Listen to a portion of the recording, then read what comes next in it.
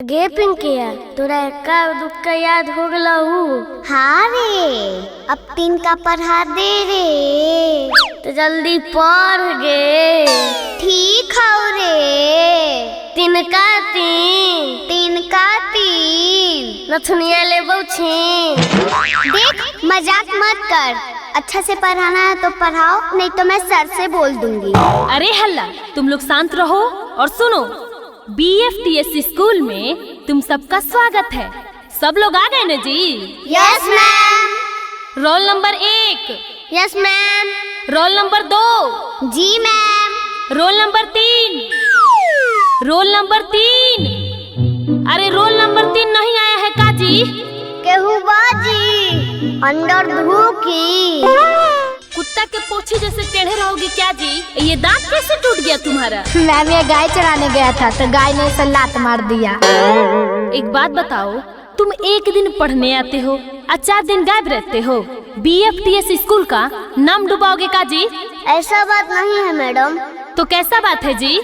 वो कहा है ना मैडम जी कि आपके स्कूल में माल नहीं है, इसीलिए आने का मन नहीं करता। अरे क्या बोलता है रे चंडाल, तुमको हम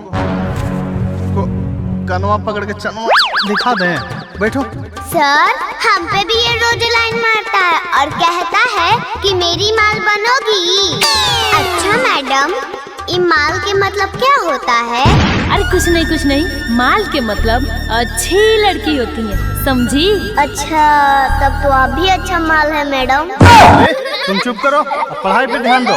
गधा के गधे रह गया का रे? और तुम सब भी सुनो जी, आज के बाद कोई भी बदमाशी किया तो उसको मुर्गा बना देंगे। गलती हो गया है सर, आज के बाद माल का नाम नहीं लेंगे। तुम लोग को बोले थे कि एक कविता या गाना याद करके आना, तो क्या सुना रहे हो? सर, हम मिमिक्री करके अलग अलग आवाज बदल के कुछ कुछ सुनाएंगे। ठीक है, सुनाओ।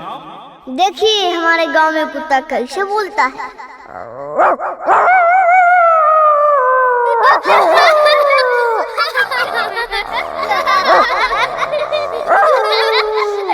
वाह जी, बहुत अच्छा आवाज निकाल लेते हो, एकदम कुत्ते के जैसे। और सुनिए, हम कुत्ता को मारते हैं तो ऐसे बोलता है।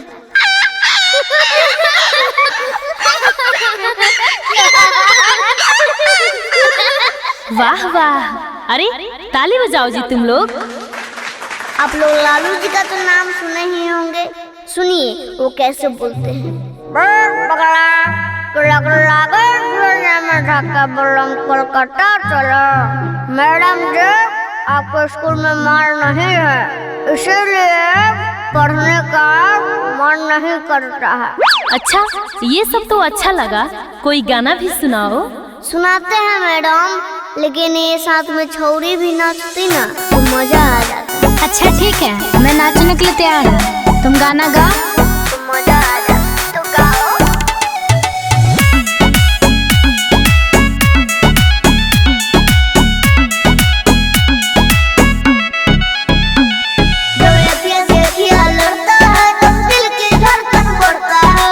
ये क्या बोल रहा है मैडम, ऐसा ही होता है?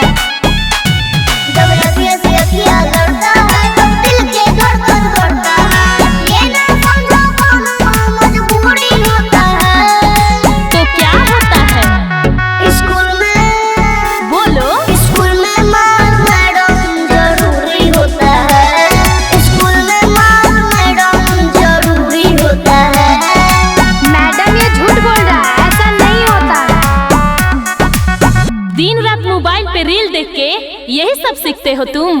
मारिए मैडम, इसको मारिए। तुम चुप रहो। हाँ मैडम, और सुनिए इसका कारनामा। ये पढ़ता है ना लिखता है, बस दिन भर टीवी देखता है। ये दिन भर बस रील बनाता है, इसका कहानी खत्म है मैडम। ये पढ़ता है ना लिखता है, बस दिन भर टीवी देखता है। शिक्षा से ये जीवन अधूरी होती है। स्कूल में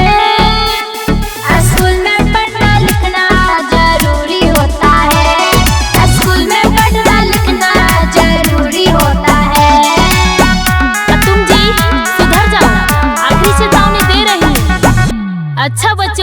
अब तो छुट्टी का समय हो गया, फिर मिलेंगे। बाय बाय बच्चों। Bye bye madam.